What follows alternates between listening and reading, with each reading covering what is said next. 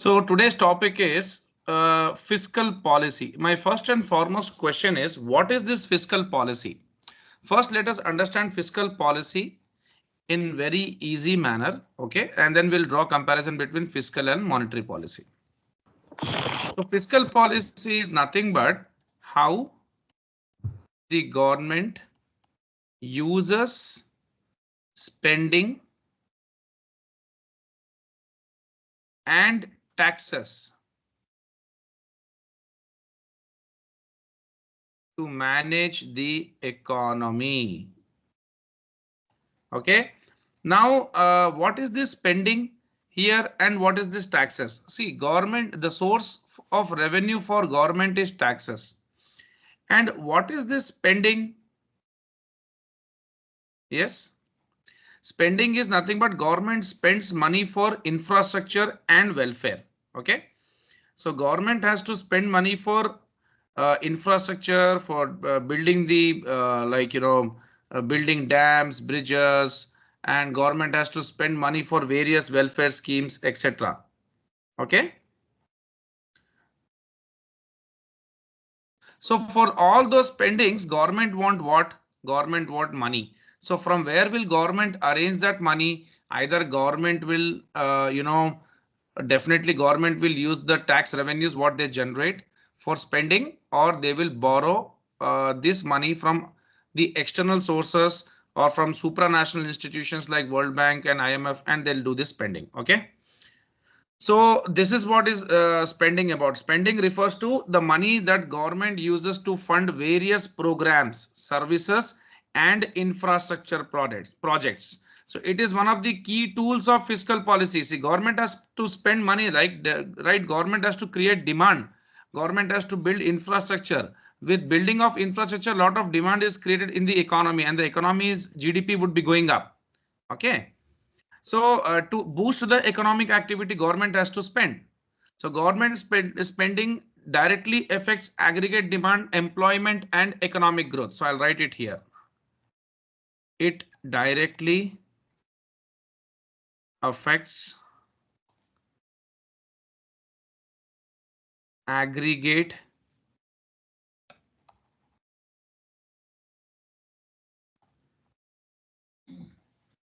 demand, employment, and economic growth. So this spending can be capital spending, revenue spending, transfer payments. Okay, I will write those points also. All these things will be coming across. So government spending, capital spending. So what is this capital spending by the government? Government builds infrastructure. So I'll write infrastructure. In that I can take railways, dams, roads, power plants, etc. Okay, and highways or whatever. Then they have revenue spending. So under revenue spending, day-to-day expenses of government. Okay, like they have to pay salaries to government employees,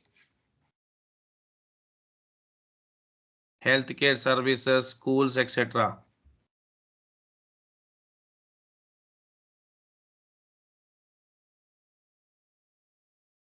Okay, for see there are various ways to spend that money, like in defense, etc. And this is what you should be knowing very well.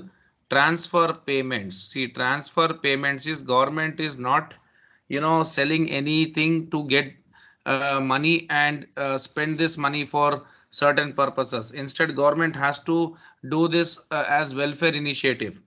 So this transfer service is transfer payments in United States. It's a developed country. Many people will be unemployed. So for them, government will be paying unemployed allowances.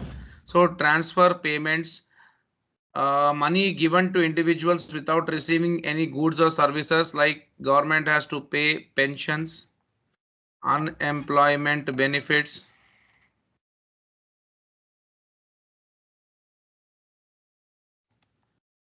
and subsidies. Okay. So this here what happens is they want to give money for all this welfare initiatives. Okay. Why government spends money? You understand, government spends money to provide goods and services like education, health. Excuse me.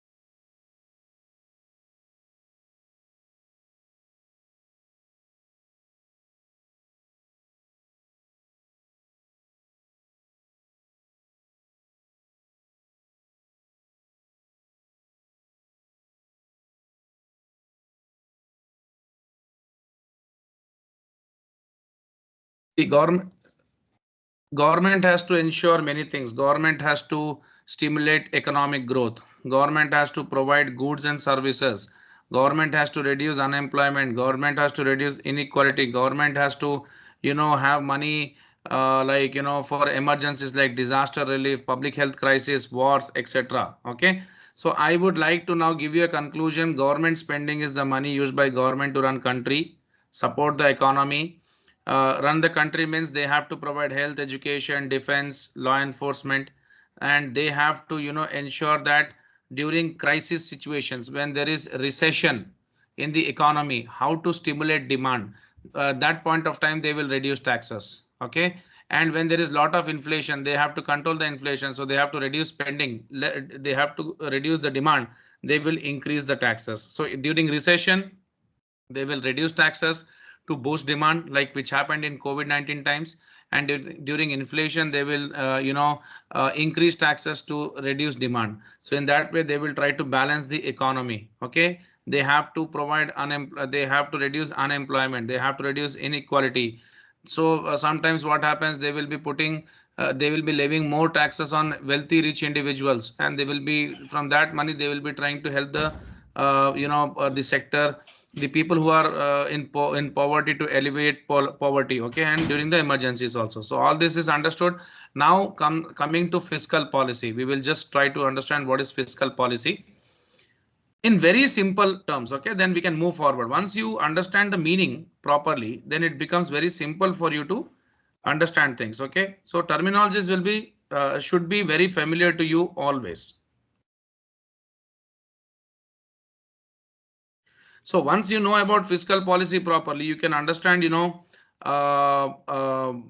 we say, types of fiscal policy. Okay. Just a second.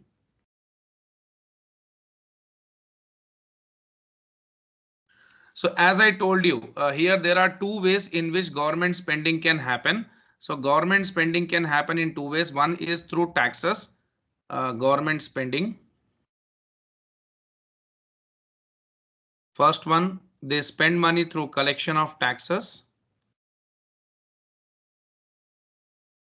And secondly, through borrowings. These are the ways. Okay. So borrowing can come from public, or like from World Bank or something, IMF, etc. And fines and fees also, or penalties. Fines, fees, penalties. In these three ways the government will be generating revenues to spend that money on the economy. Okay. Or use that money for the citizens. As I said you, right now government spending is on various activities. Where they spend, we have right now discussed. Okay. Now let's come to the main topic of the fiscal policy. We will again come here and try to do this.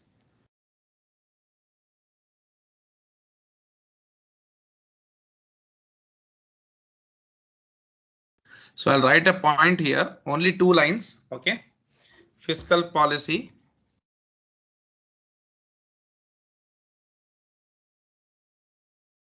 So government uses spending and taxes to manage economy. Okay, that is how government spends money. Okay, from the taxes, from the collection what they get in form of taxes. Okay, to manage the economy. So I'll write it here. How the government uses the tax revenue for spending, okay, into the economy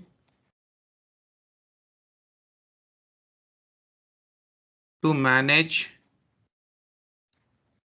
the economy. Okay, so if you have to understand in an easy manner, first point, if economy is slow,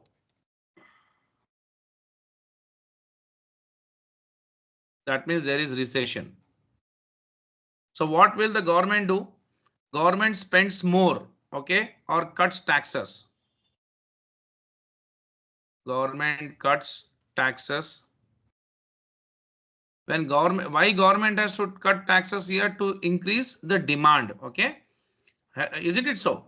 So like, if government is reducing taxes during the recession time, it is, helping the people to buy or spend more into the economy, isn't it so?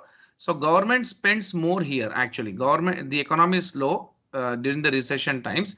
Government cuts taxes, okay, spends more to create demand, because people do not have money, right? So who is going to do that spending part? Government spends more, like, making infrastructure. Okay, so they cut taxes, spend more. Okay, so that people like, have more money to spend. Cut taxes so that people have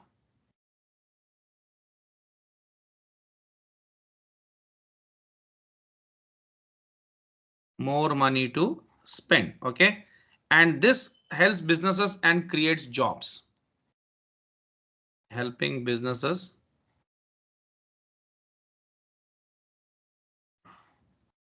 and creating jobs.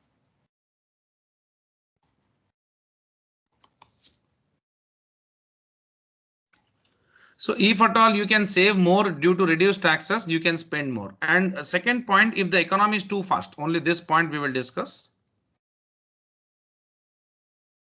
Point number 2, if the economy is too fast,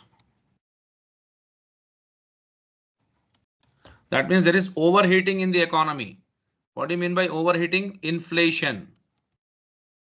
So during this time, government has to reduce, government has to ensure that people spend less. So they increase taxes, and government also spend less because they have to decrease the demand to balance or to reduce the prices which is increasing.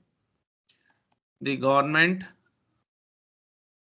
So these are the two things government would do under their fiscal policy. One is they increase taxes, one is they decrease taxes. So during inflationary times they increase taxes, okay, spend less.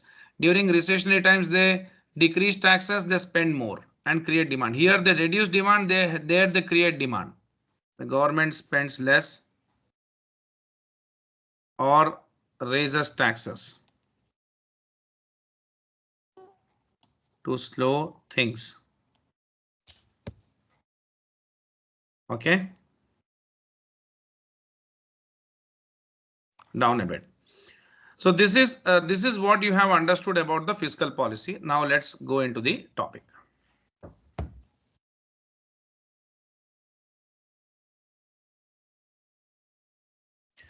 So fiscal policy refers to government's use of spending and taxation. That means how government is going to spend and how they are going to increase or decrease the taxes for that spending to influence economic activity. The budget is said to be balanced when tax revenues equal government expenditures. When tax revenue is equal to government expenditures, then that is, what is that? That is a balanced budget. Okay.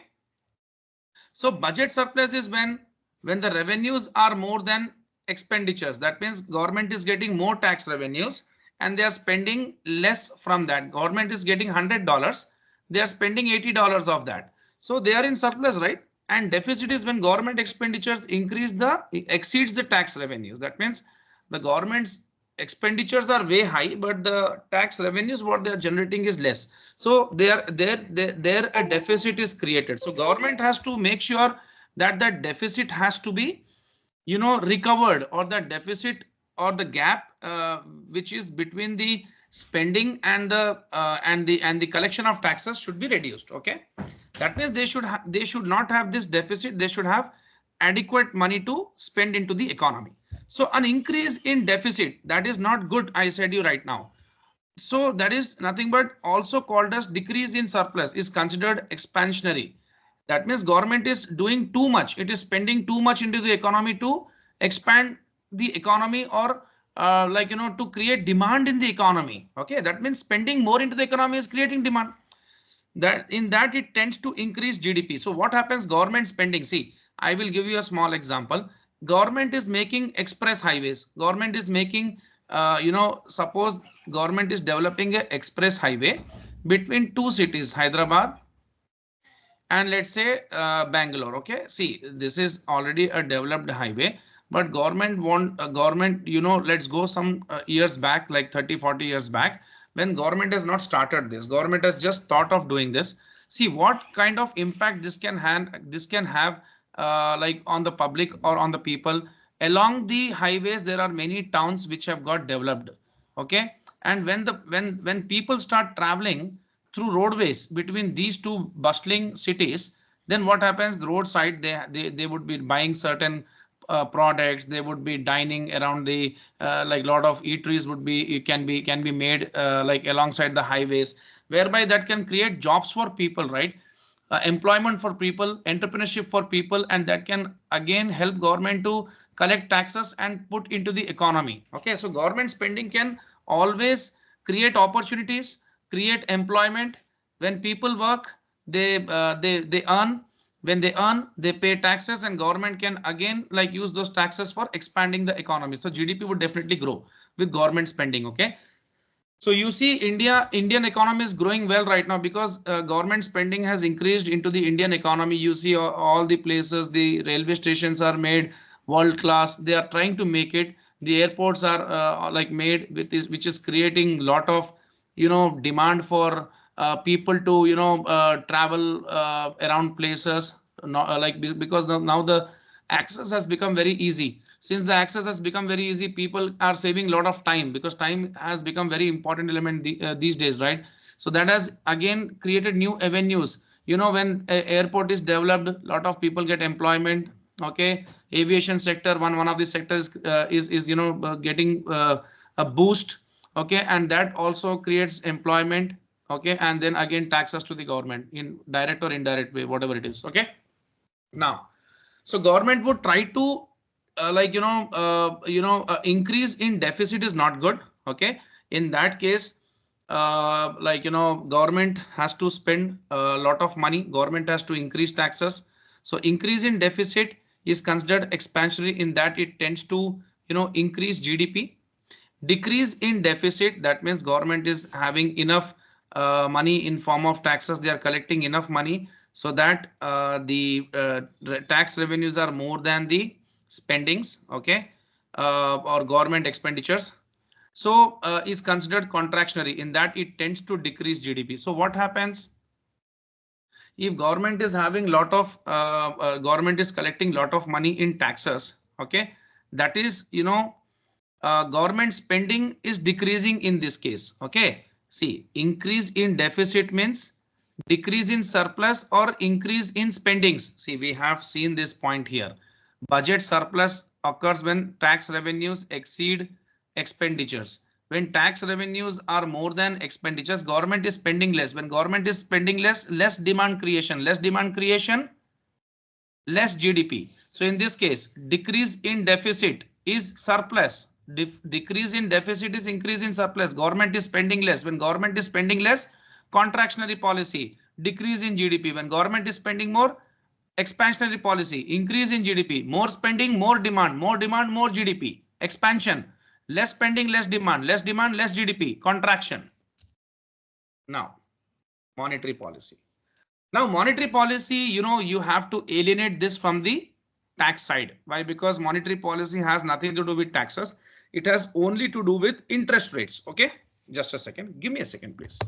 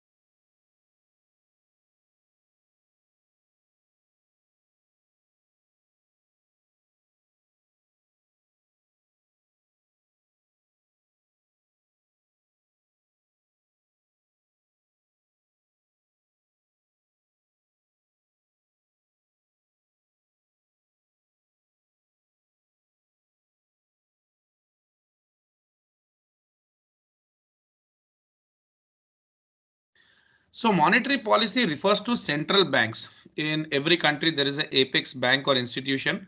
In India, we have RBI that affect the quantity of money and credit in an economy to influence economic activity.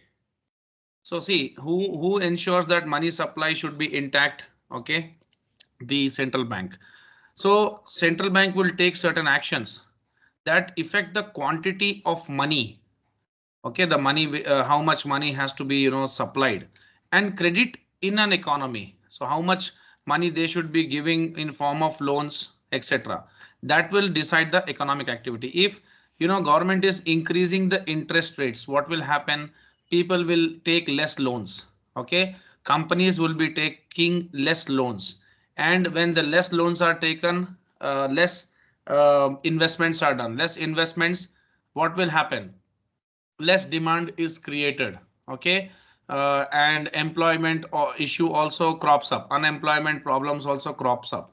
So government's increase of interest rates is nothing but trying to decrease demand. Decrease of interest rates is trying to increase the demand. If government, you consider COVID-19 time, when housing sector was, real estate sector was, like facing a lot of problems. That point of time, the real estate sector was not able to sell their inventory. Okay, so what, plots or flats or whatever. So what government has done? Government reduced the interest rates to lowest level, so that it created demand and people started borrowing money and they started buying the apartments and all. So with this, the demand was created. Okay, so increase or decrease in interest rates can decide the increase or decrease of demand in the economy. Increase in demand is again expansion, high GDP. Decrease in demand is contraction, low GDP. So monetary policy is said to be expansionary or accommodative or easy when central bank increases the quantity of money. So increases the quantity of money means they want to supply more money. More money can only be supplied if interest is less. If high interest, people will not be taking loans. If low interest, people will be taking loans. So government wants to push lot of money into the economy by reducing the interest rates, right? That will bring expansion. Conversely, if vice versa, contraction. So government, central bank is reducing quantity of money and credit in the economy. Monetary policy is said to be contractionary. Okay. Policymakers use both monetary and fiscal policies with goals of maintaining stable prices. That means these policies are for what purpose? Why government want to frame these policies? To stabilize the economy. Automatic stabilizers. Okay, they want to stabilize the economy by making good policies for the economy. So that the economy can achieve positive growth. So fiscal policy can also be used as a tool for redistribution of income and wealth. What is redistribution of income and wealth? Collecting money from the people, those who have in surplus, and again distributing that money or using that money for the welfare activities and for the upliftment of those people who are lacking basic who are lacking the basic requirements in the life. For example, there are many wealthy rich people in India. Okay, companies are taxed by the government. So they have made some slabs below people who are earning below certain X amount will not be taxed in our country. So those people are lacking basic education, health facilities, etc. So government will take money from the wealthy people and redistribute that in form of spendings for the poor. Describe roles and objectives of fiscal policy as well as arguments as to whether size of a national debt relative to GDP matters. So let's see why the fiscal policy are made. Objectives of fiscal policy may include the following. First, influencing the level of economic activity and aggregate demand. So they want to increase the economic activity, spending more money, creating demand, redistributing the wealth and income among segments of population. That means they will take the money from the rich people and they will use for welfare activities like I said you right now, transfer payments. That is nothing but the money is utilized for giving pension, for giving subsidies, grants, and unemployment allowances, etc. Allocating resources among economic agents and sectors in the economy.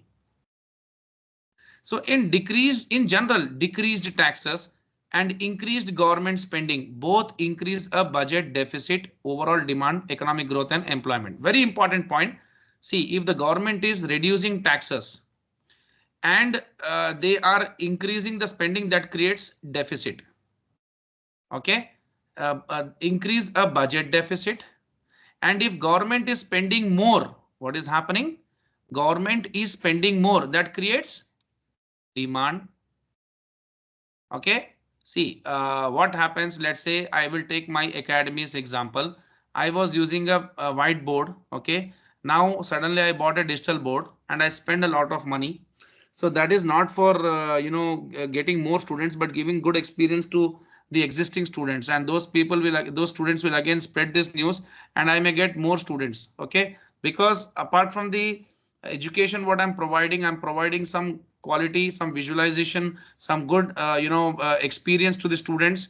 I'm not doing that for expanding my student base, but I want to give the quality to the existing students what I have, and in the students in the future, the potential students should also benefit with that. Okay, and that also makes task easy for me. So spending creates demand. Okay, so increase in budget deficit, that means more spending and less revenue collection in form of taxes. But again, government is spending more in that case, either by borrowing or by the existing money what they have in their treasury. So overall demand is increasing, economic growth is seen, and employment is also generated. Increased taxes and decreased government spending. So government is increasing taxes, but they are spending less. Okay, increased taxes and decreased government spending decrease this. What it decreases? The demand will go down, the economic growth will go down, and the employment problem also will start. Unemployment problem will again crop up.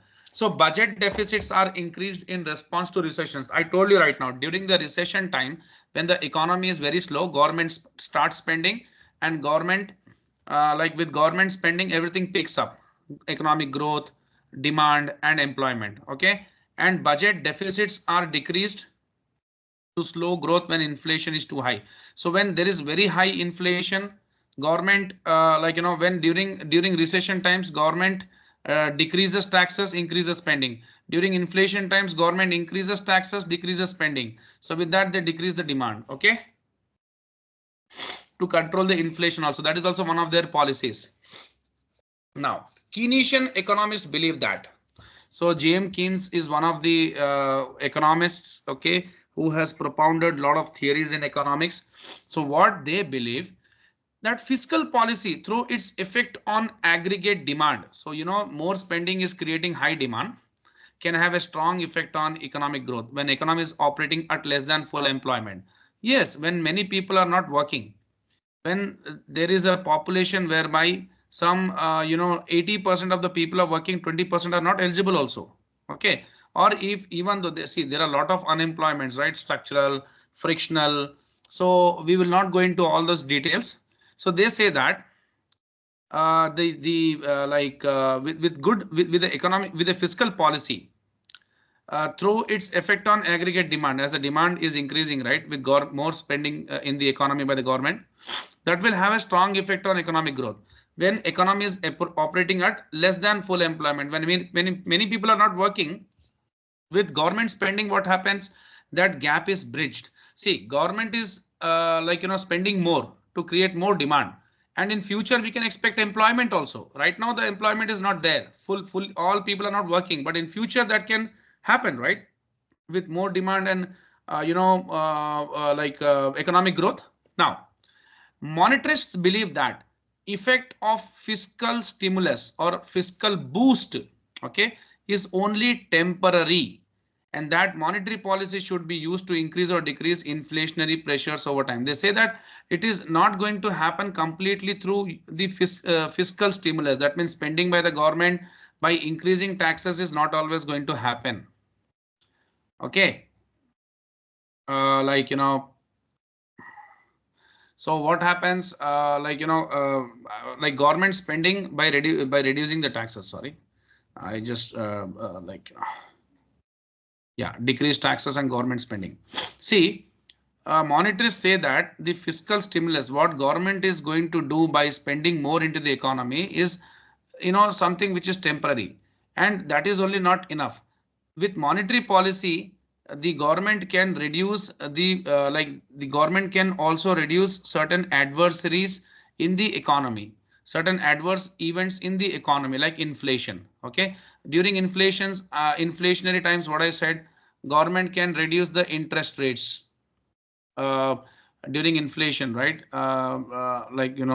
Government can increase the interest rates to reduce the inflation, because if government increases the interest rates, the money supply will decrease. Why? Because companies will not be taking more loans to start more loans and set up factories and start production, because the things are very costly. If the loans are costly, okay, the companies will not borrow money from the banks, and that will make the financial system very strong. So to make the economy stable, the fiscal policy is important, and equally the monetary policy also plays a very bigger role. Okay. So monetarists do not believe that monetary policy should be used in attempt to influence aggregate demand to counter cyclical movements in the economy. Now, what is discretionary fiscal policy? See, discretionary fiscal policy is nothing but government can, based upon their policy changes, they can, make certain changes in the fiscal policy. Okay. So now we will understand what is discretionary fiscal policy. See, I will write it here. Discretionary fiscal policy refers to deliberate actions taken by the government to adjust its spending and taxation in response to changes in economy.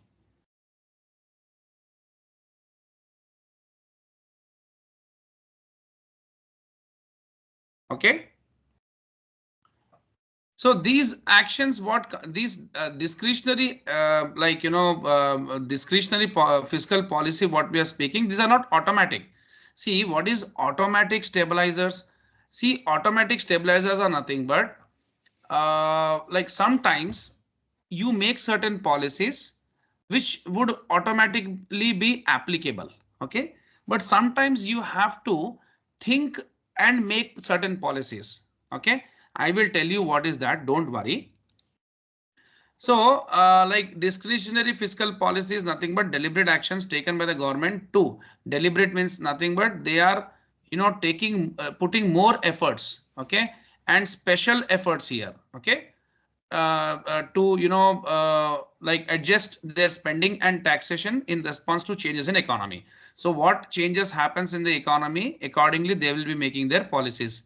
Not like already policies have been made and those are implemented. It's not like that. It is making special policies as per the changes. Okay, understood? Now some of the examples: increasing government spending on projects like roads, schools or healthcare. For that they have to make discretionary fiscal policy. Cutting taxes to increase consumer spending and business environment. Okay, if they reduce taxes, what will happen? The consumer spending will increase and the business environment will, boom. Introducing new subsidies or transfer payments. So all these are, discretionary fiscal policy elements. Now, what is automatic stabilizers? You should understand what is automatic stabilizer. So I'll write certain points about that also.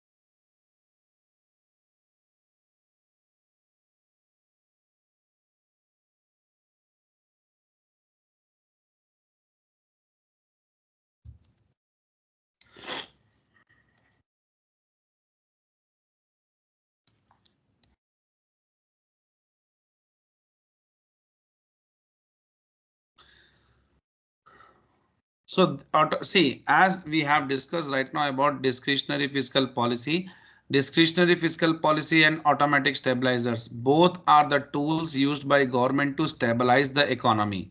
Okay, but they differ. Okay. So I will write about this, automatic stabilizers are built-in mechanisms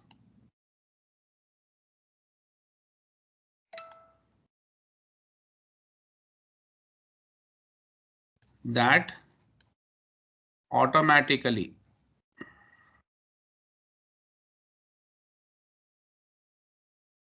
adjust based on economic conditions. So here you need not make something special. Automatically it will, arrange itself. Okay.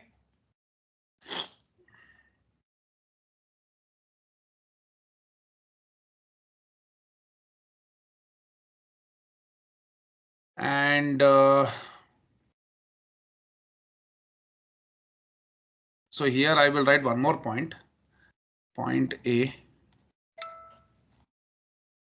Operates automatically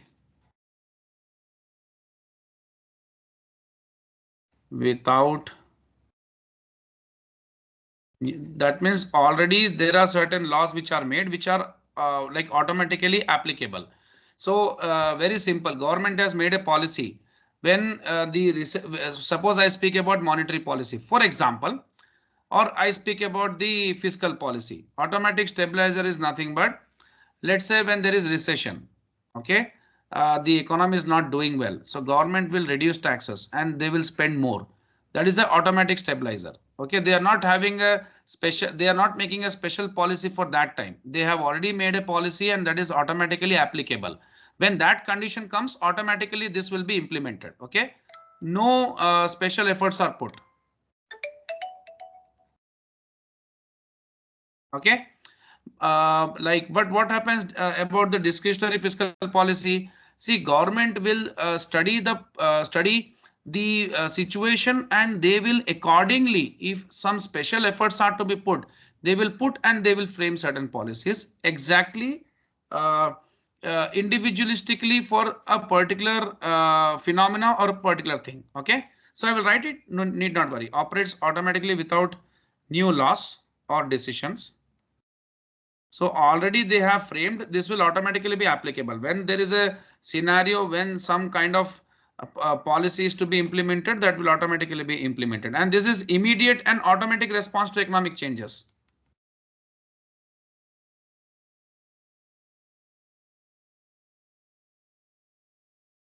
Both are policies, but one is already framed policy and directly implemented, automatically implements, no need to do anything. So they are not sitting on all this, it is automatically done. But in discretionary, they are sitting on that, again deciding things and implementing. An automatic response to economic changes. Some examples of this: progressive taxes, unemployment benefits, welfare programs. Government has Government will not sit on this specifically or specially. This they have to do always. Always they have to do this. Welfare programs, government is not going to stop because every government in the world is working for the welfare of the people. So whenever there is a scenario, whenever there is a any changes are seen in the economy, okay, any changes in the economic conditions of a country, immediately government has already decided what they have to do during those scenarios or situations. Okay.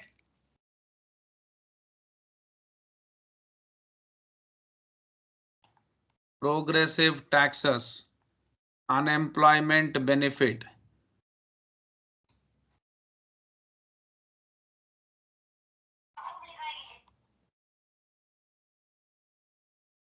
Okay, welfare programs, and these are used continuously as economic conditions change. Okay, so all this is very important. What is progressive taxes? Do you know what is progressive taxes? See, progressive taxes in a boom, when there is a boom in the economy, people earn more and pay higher taxes, reducing disposable income and cooling the economy. So in recession, incomes drop and people pay less taxes, boosting disposable economy. So what is progressive tax? When the economy is going up, people pay more taxes. When the economy is dropping, the incomes drop and people pay less taxes.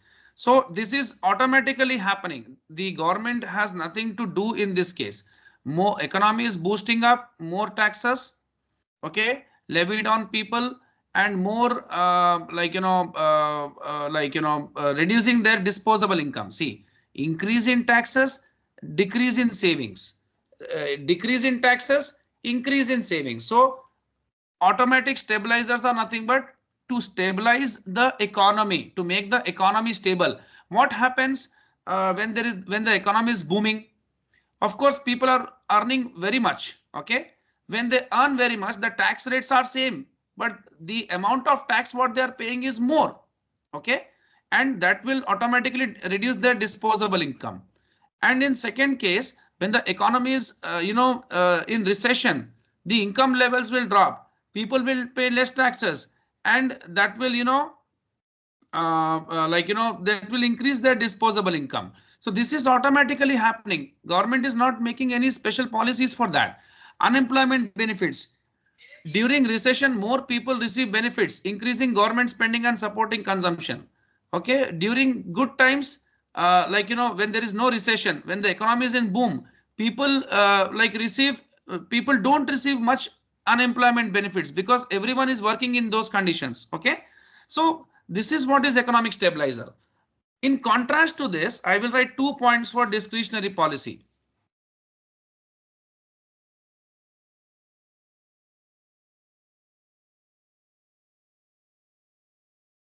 See, this is nothing but deliberate. That means the government is, doing it by, taking out certain special time for it, isn't it? So they are doing it purposefully.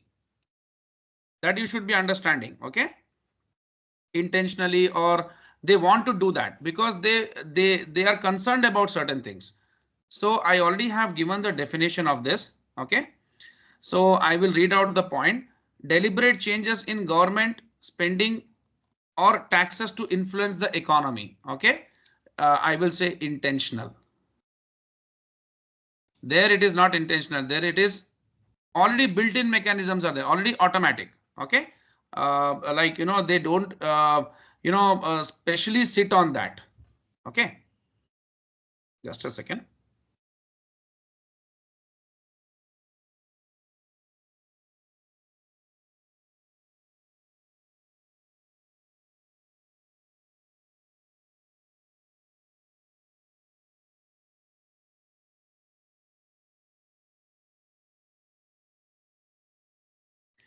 So automatic stabilizers are some kind of permanent things.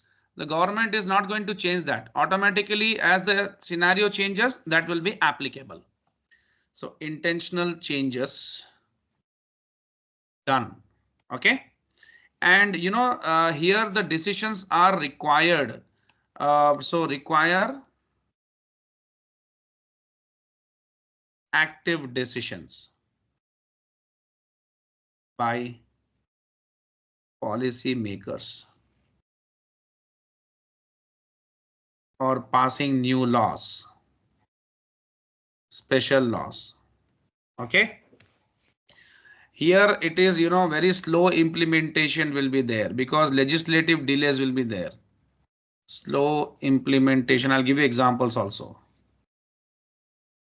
Slow implementations due to legislative delays, and example here would be, see, when government has to decide about a very big infrastructure project, and they have to decide for tax cuts, they have to give stimulus packages, there they have to go for discretionary fiscal policies. Okay, understood?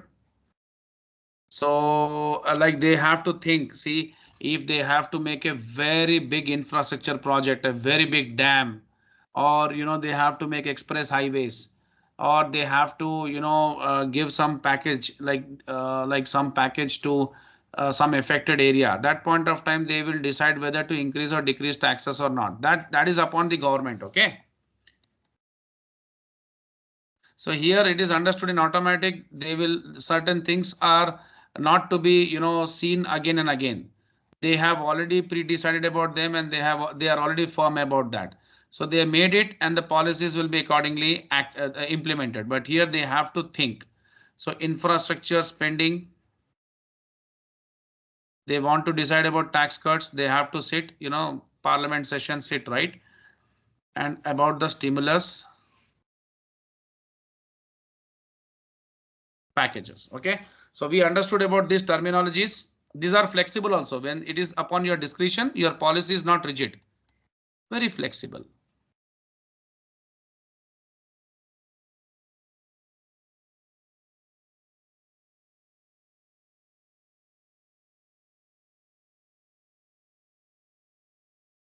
So mainly discretionary policies are nothing but of very high importance and regard, because with that government wants to fix certain things. That means they want to reduce unemployment, they want to boost the economy. For that they will be having separate sessions and separate sittings by the lawmakers, and they will be deciding what to be done.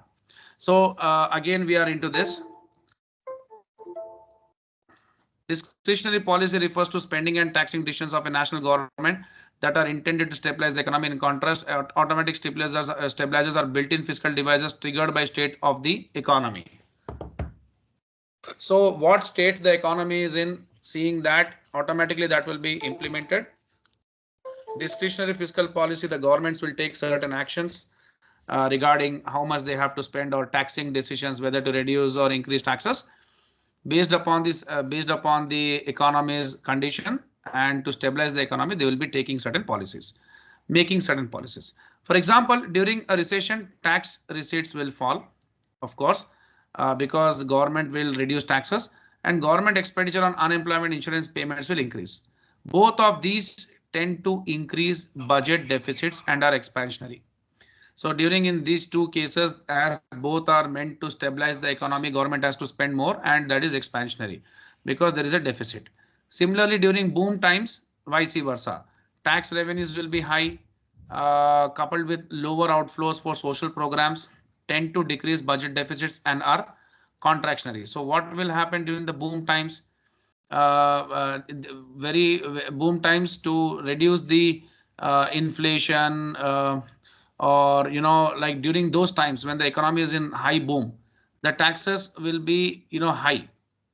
Okay, and the government, what the government will be doing, government will be putting more money into development processes, and some lesser amount on social programs. Okay, that will reduce the budget deficits and is contractionary. See, expansionary is nothing but government spending is increasing, the economy is booming, or the GDP is increasing, that is expansionary. Okay, when the government spending reduces, government spending will be more here. Okay, government spending will be more, and taxes will be less. They will be collecting less, and they will be spending more. We already discussed right now budget deficit. When tax revenues are less and spendings are more. Tax revenues are less, spendings are more, expansionary GDP growth. Okay, tax revenues are more, spending is less, and this leads to contractionary. Tax revenues are more, spending is less, okay, contractionary, and GDP will fall during these times. When a government runs fiscal deficits, that means when they have less taxes, it will go for what? Debt finance. Okay, that means it will take more debt from the people, or it will borrow from supranational organization. That needs to be rapid as well as ongoing interest expense. Okay, total deficits, annual deficits and interest expense can all be evaluated relative to annual GDP. When these ratios increase beyond certain levels, it may cause a concern. So they are saying that when government is borrowing so much, it is creating interest burden on the government. So with respect to the GDP, what GDP like government has, let's say my borrowings have increased many fold and my economy is not doing well, then that's a matter of concern. It leads to problems into solvency. Okay, that means the country can also become insolvent at times. So many of the countries have defaulted in the previous past. They did not pay their debts. So when these ratios increase beyond certain levels, it may cause a concern and solvency of the country may be questioned. So a country's debt ratio is ratio of debt, aggregate debt, total debt to GDP. So less ratio is good, high ratio is not good, because taxes are linked to GDP. When an economy grows in real terms, so will tax revenues, right? When the economy is growing, tax revenue has to grow. If real interest rate on government's debt is higher than the real growth rate of the economy, if the interest rates are more than the growth rate, debt ratio will increase over time. Of course, what is happening? Governments see when if the real interest rate on government debt, see real rate is nothing but without inflation adjustment. Real interest rate on government's debt. So whatever the government is borrowing, they are paying some $10 of interest. Listen, when the real interest rate on government's debt is higher than real growth rate of the economy. So government is paying more interest and government is earning less dollars. That's what growth is less. So when growth is less earnings, more spendings. That is not good, right? They have to pay more interest. That will create burden on the economy. See, government spending for infrastructure and all is different thing. Government paying high amount of interest on debts and generating less revenues in form of taxes, or when the growth is less, the taxes will be less. They are having inadequate revenue. So how will they pay the interest now? They have to again take more debts. So that is a alarming situation. So similarly, if the real interest rate on government's debt is lower than real growth in GDP, so the interest payments are $8 and the growth is more. So we have more revenues. The debt ratio will decrease over time. Okay.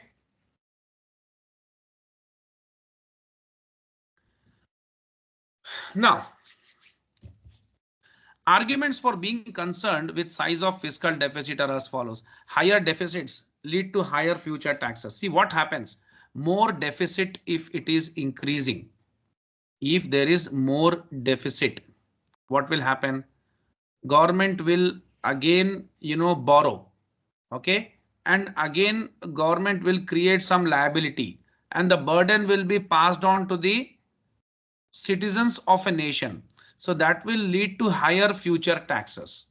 So higher deficits, government is, having less money with them to fulfill that deficiency of funds. They will again borrow or they will try to increase taxes in the future. So citizens will always be ready for these kind of shocks. Okay, because citizens are rational people, they are common man. Okay, so higher future taxes again will lead to disincentives to work and entrepreneurship.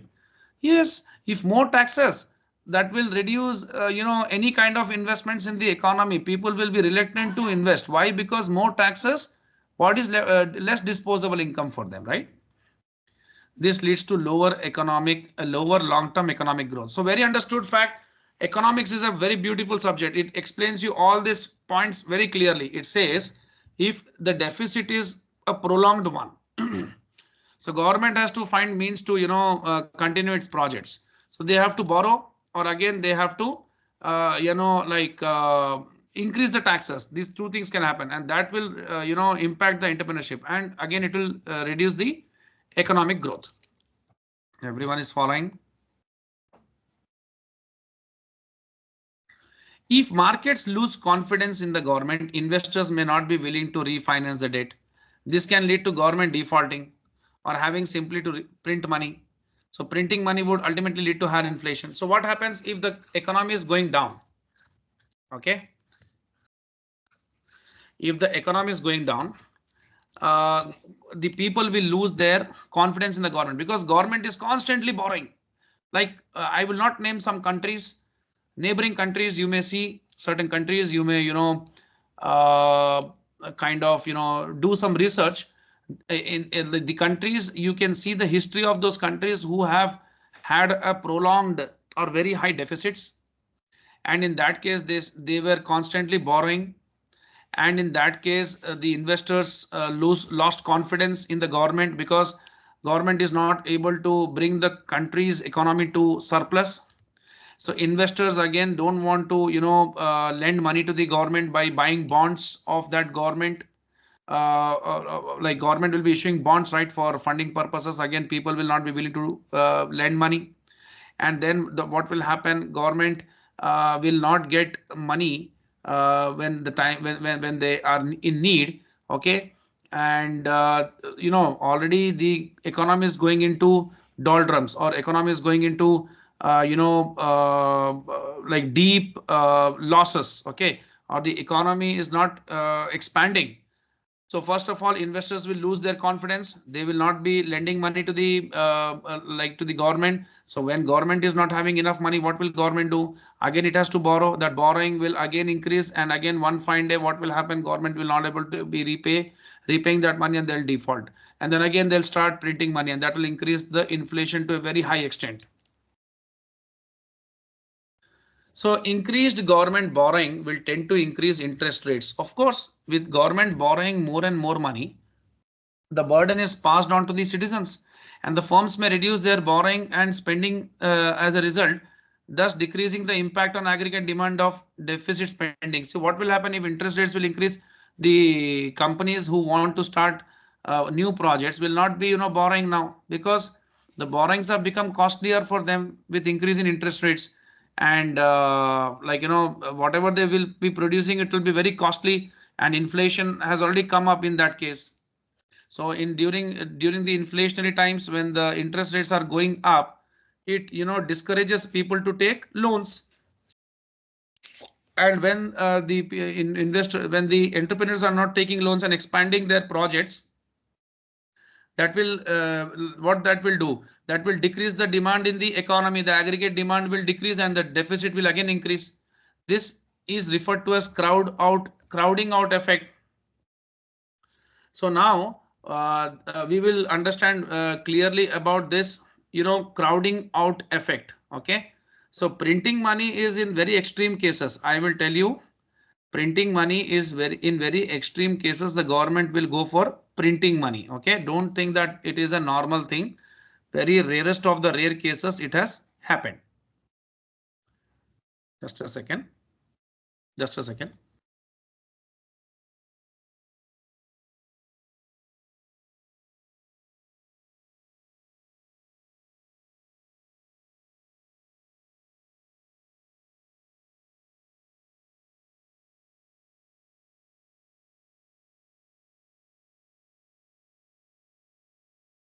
So we will understand this crowding out effect here.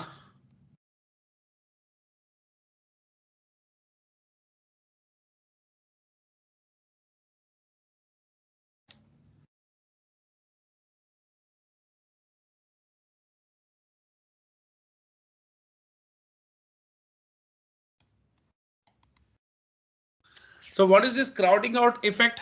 Okay, occurs when increased government spending leads to reduction in private sector spending or investment. See what happens when government starts increasing its spending. Okay, that will create demand in the economy. Okay, high demand will lead to high inflation, and the interest rates will increase in that point of time.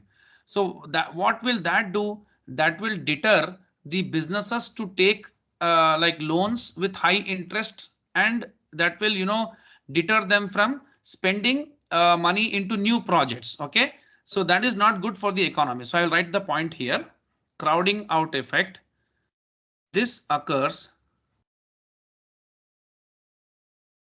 when increased government spending leads to a reduction in private sector spending.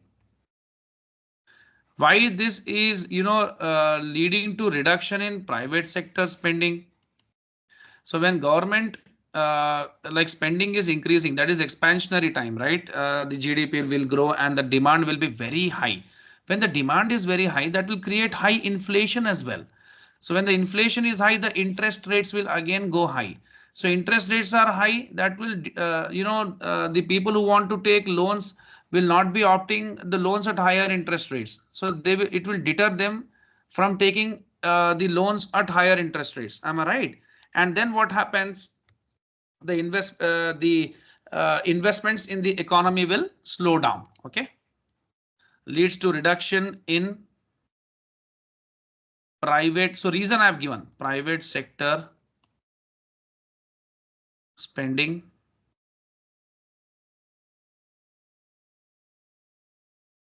or investment. Okay, so I will write the reason here why this is happening. This happens because government borrowing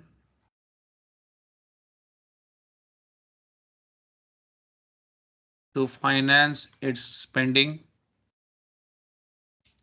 can raise interest rates, making it. See, I'm only writing those points which are highlighted in the chapter. Okay, you should know properly what those highlighted points mean. So questions in the exam will be based upon those highlighted points only, making it more expensive for business and individuals to borrow money. Okay, that's what.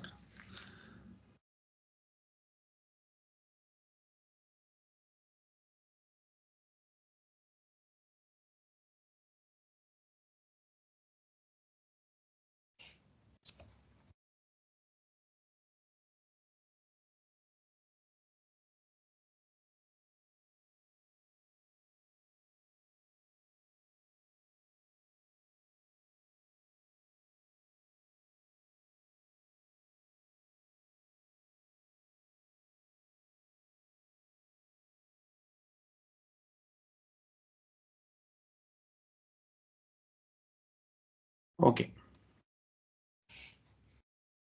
so now we are into this point.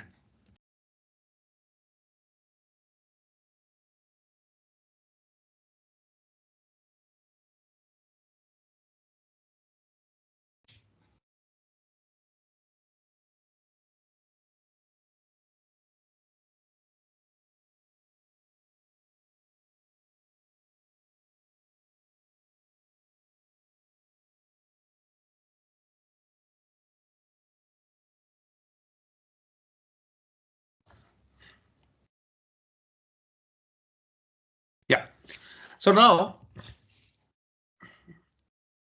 yeah, arguments against being concerned with size of fiscal deficit are as follows. See, there are certain arguments. See, definitely fiscal deficit is a matter of concern. Fine. But there are certain arguments which are against being very much concerned with the size of fiscal deficit. I mean, don't worry. Even so there are certain arguments which are in favor of fiscal deficit at times. When see, if the debt is primarily held by domestic citizens, the scale of problem is overstated. Okay. If the debt is used to finance productive capital investment, future economic gains will be sufficient to repay the debt. So this is something like, if today we have a deficit, arguments against being concerned with the size of fiscal deficit. I mean, don't worry at times when there is a fiscal deficit. Don't worry. See, today deficit, tomorrow we can, reverse that. So if the debt is primarily held by domestic citizens, if many people, have taken a lot of loans, etc., the scale of problem is overstated. I understand. Debt is used to if the debt is used to finance some good capital investments, then definitely those investments one day would prove to be, fruitful, and then future economic gains can be expected, and that will be very sufficient to repay the debt. That means, okay, if the loans are taken and those loans are utilized in a proper way, and those loans when put into some profitable businesses, okay, generating good amount of profits, that can be repaid. See, loans are not always bad, but you should always be in a very stable position to pay them off. Okay, that means constantly you should be generating good amount of revenues. Fiscal deficits may prompt needed tax reform. Yes, if this is prolonged, then government has to make certain policy changes. Deficits would not matter if Ricardian equivalence holds, which means private sector savings. See, people will save more. Why people will save more? In anticipation of future tax liabilities, just to offset the government deficit. Okay. So what will happen? What is this, Ricardian equivalence? Can you just understand? Can you give me some idea about this? Or if I have to give you a detailed idea, I will give you a detailed idea about Ricardian equivalence. Please try to understand. I'll write RE, Ricardian equivalence. Okay. This is economic theory. Okay. That suggests government borrowing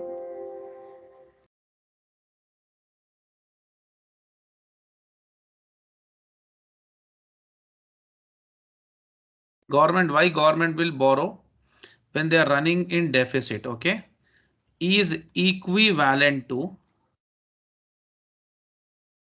raising taxes. See, when government is into budget deficit, okay, and they have borrowed a lot of money, now they have to, recover that with as they are going on increasing their debts, they have to recover that. So they are going on raising taxes. Okay. So what will happen in terms of, so here three parties are taken into picture. Okay.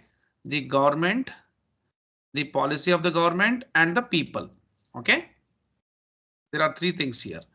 So what happens in terms of its effect on economy? Okay. So it assumes that rational consumers anticipate that any government borrowing today, okay, will have to be any government borrowing today, that borrowings will have to be repaid in the future, right? So how will that be repaid in the future? Through higher taxes. So the people, they try to adjust their behavior accordingly. They try to save more today so that those money can be utilized by the government to pay taxes in the future. Okay. So that will just offset the government deficit. Am I right? So here it is nothing but when the government is increasing its borrowings. Okay. See, private sector savings. Why people start saving more today? They try to anticipate that government is borrowing more and more today, and it is going to increase the liabilities for the government. And how will government pay off those liabilities? By putting pressure on the general public or private sector. how? By increasing taxes on them. So they have to pay those higher taxes in the future, so that the government's budget deficit will be offset. So this is creating a equivalence. Okay, savings, okay, will be utilized for future taxes to to offset the government deficit. Equivalence is created. Okay, now if the economy is operating at less than full capacity, deficits do not divert capital away from productive uses and can aid in increasing GDP and employment. If today the things are not in full capacity, don't worry. In future, just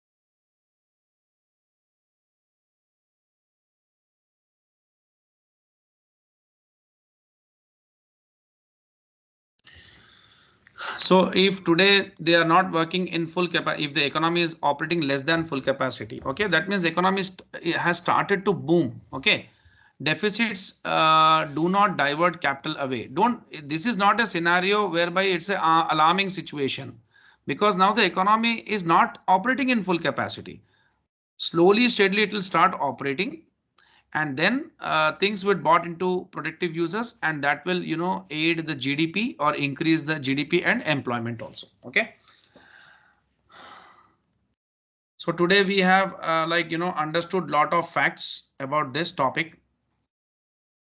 So what we'll do is tomorrow we can finish this chapter. We'll start from here, fiscal policy and fiscal policy tools and implementation. Not much is there to discuss, only some few topics. Okay, so tomorrow I will finish this chapter. Thank you. Sir. Just a second, Tarun, just a second.